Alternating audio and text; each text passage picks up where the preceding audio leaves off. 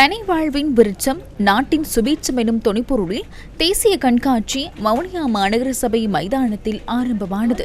பெருந்தோட்ட மற்றும் சமூக உட்கட்டமைப்பு வசதிகள் அமைச்சின் ஏற்பாட்டில் பனை அபிவிருத்தி சபையின் ஒழுங்கமைப்பில் இன்றும் நாளையும் கண்காட்சி நடைபெறுகின்றது. பல்வேறு பனைசார் உற்பத்தி பொருட்கள் இங்கு காட்சிப்படுத்தப்பட்டுள்ளதுடன் விற்பனையும் இடம்பெற்று வருகின்றன.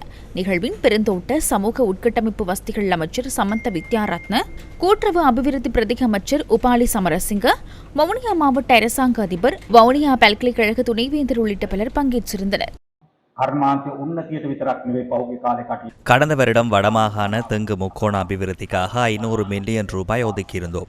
இந்த வருடம் வடமாகாண தெங்கு அபிவிருத்திக்காக 600 மில்லியனை ஒதுக்கி அதற்கான பணியாற்றிக் கொண்டிருக்கின்றோம். அடுத்த வருடத்திலும் வடமாகாண தெங்கு அபிவிருத்திக்காக மேலும் 680 மில்லியன் ரூபாவை ஒதுக்குவோம். கள்ளுத்தவரணை விரைவில் திறக்கப்படும் என்ற எதிர்பார்ப்பில் நீங்கள் உள்ளிட்ட வடமாகாண மக்கள் காத்திருக்கின்றீர்கள்.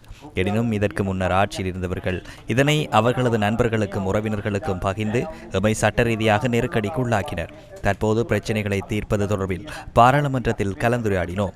சட்ட ரீதியாக ஏற்படும் பிரச்சனைகளை தீர்த்து கூடிய விரைவில் கள்ளு தவறணைகளை திறக்க எதிர்பார்க்கின்றோம்.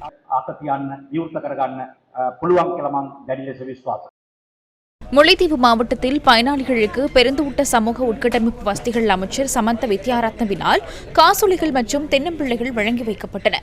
முல்லைத்தீவு முள்ளியவளை ஹிஜாபுரம் பகுதியில் உள்ள தனியார் மண்டபம் ஒன்றில் இந்த நிகழ்வு நடைபெற்றது.